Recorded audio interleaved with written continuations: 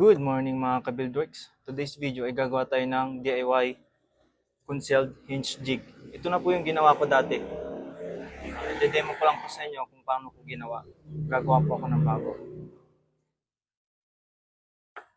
Malaking tulong po ito mga ka-Buildworks, lalong-lalo na sa mga nag-woodworking at medyo kapos sa budget. Tara, umpisa na natin.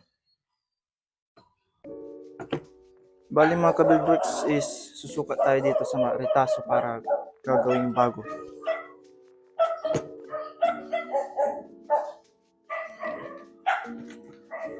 Tatabasan natin siya kasi medyo malapad.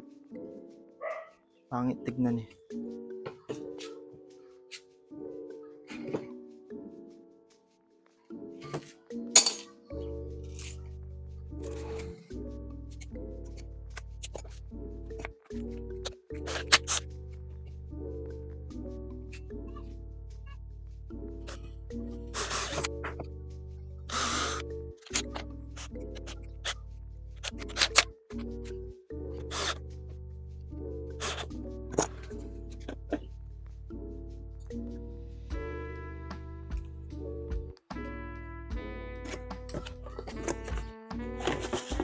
Gagamit tayo ng circular saw, pantabas mga ka-Buildworks.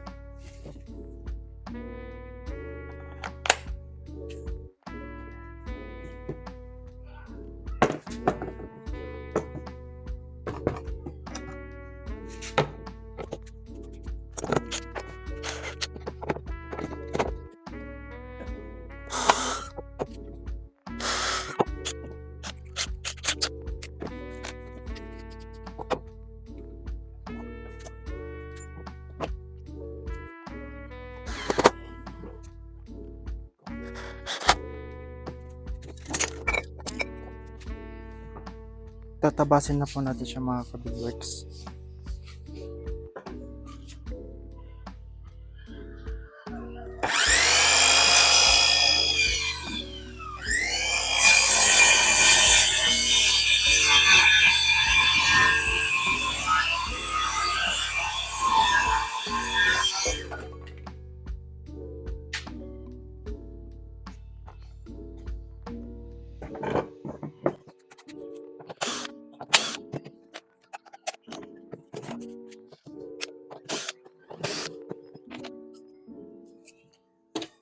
Bali, ito na po yung gagawin nating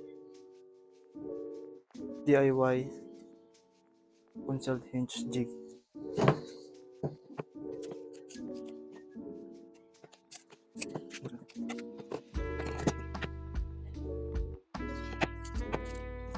Sukat tayo ng 10 inch lang yung kalaki niya mga ka-Buildworks.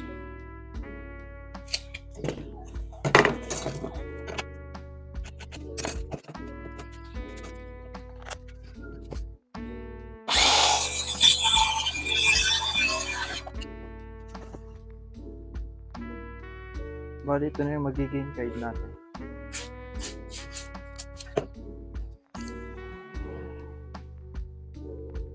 Hatiin natin siya sa 5 inches kasi 10 inches po siya mga ka-Buildworks. Kuhanin natin yung gitna niya.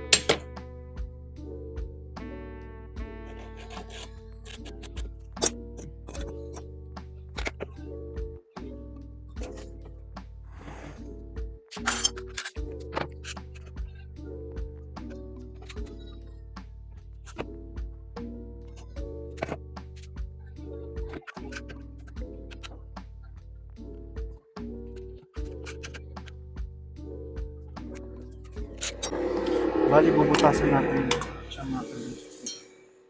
Drill bit ng para sa conceal.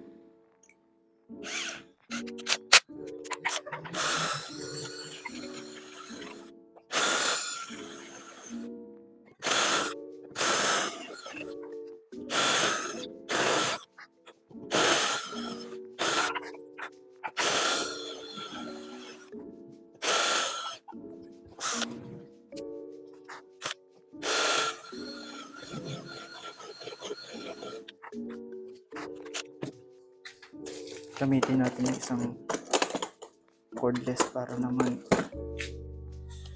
matesting.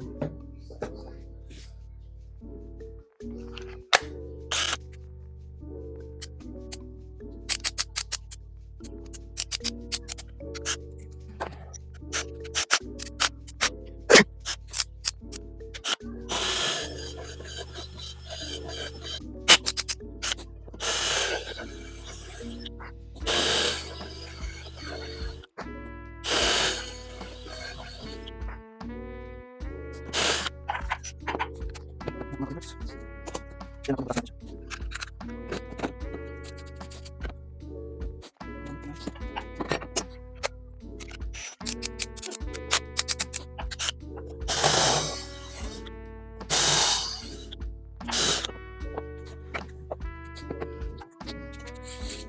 Ayan na po mga ka-builders, nabutasan na po natin siya. Bali ito po yung gitna niya, 5 inches.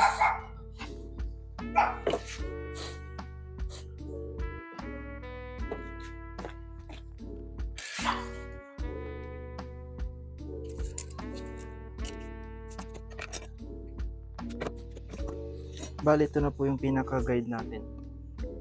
Pipintura natin siya para mas medyo gumanda.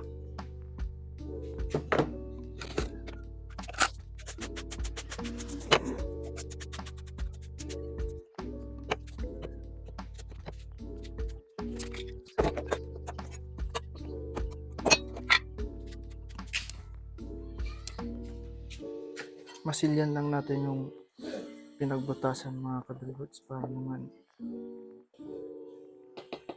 maganda tingnan.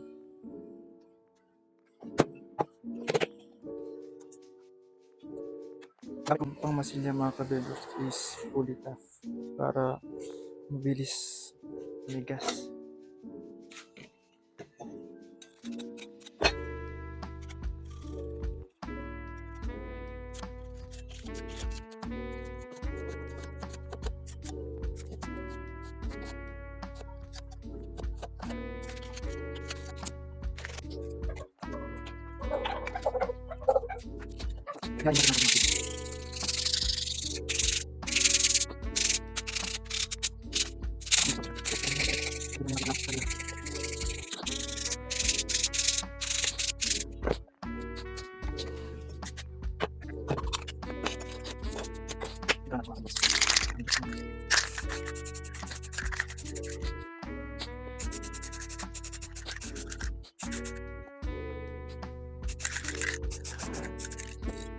Patuyuin muna natin ng konti.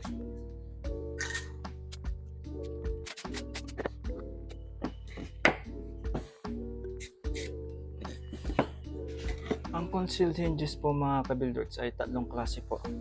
Number 1 is half overlay, number 2 is full overlay, and number 3 is inset. Bali yung full overlay mga ka-builders is ganito siya. Lalapat siya sa dulo. Parang magiging ganyan. Ang half overlay naman mga ka-builders is kalahati.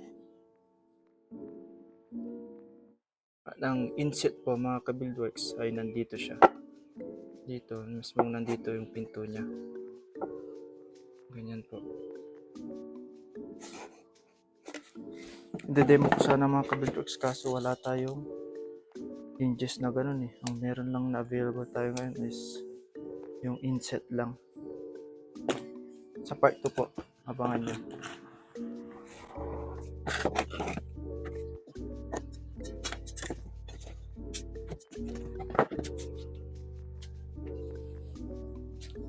At yun nga mga ka-buildworks, natuyo na po siya.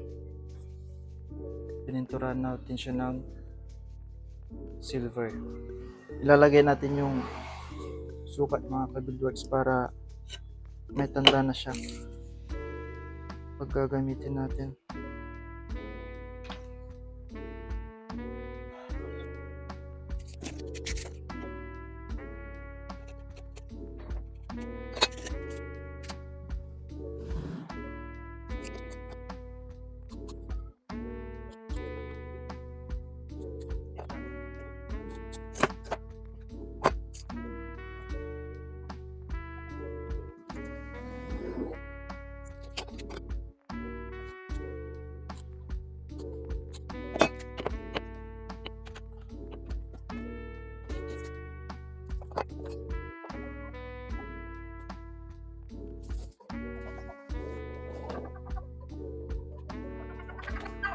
Bali ganyan na po yung sukat ng mga ka-buildworks.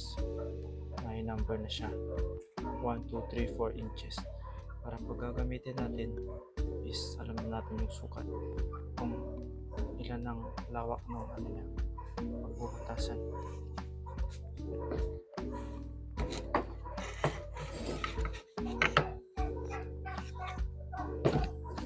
Ngayon ay susubukan natin naman siya mga ka-buildworks kung maganda ba ang kinalabasan.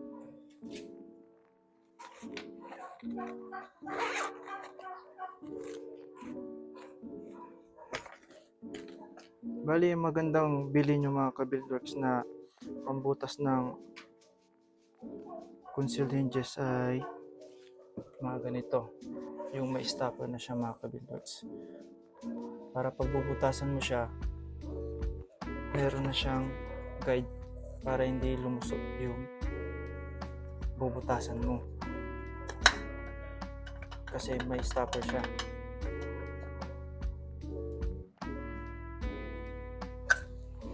Ganyan po. Nabili ko lang siya sa Shopee mga kapatid. Mura lang po. Nasa 180 siguro. Subukan natin.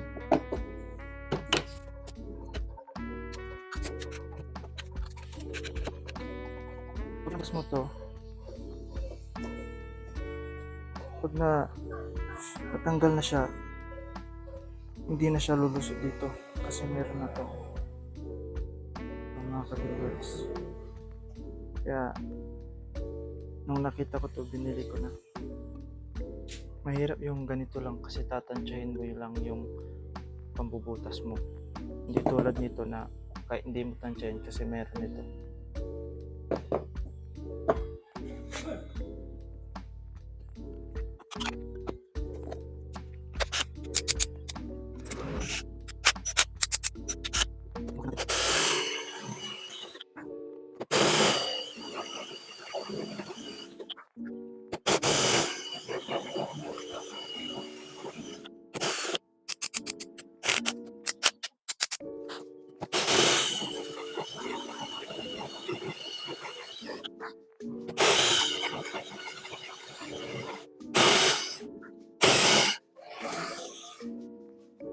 Kung mga ka-buildworks, so hindi na siya dediretso kasi babangga na dito sa ating guide yung tinuro ko. Ito mismo,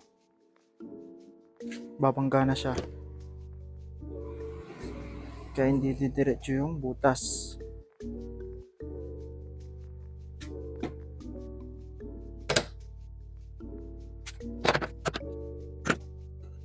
Sukat natin mga ka-buildworks. So yun, lapat na lapat siya.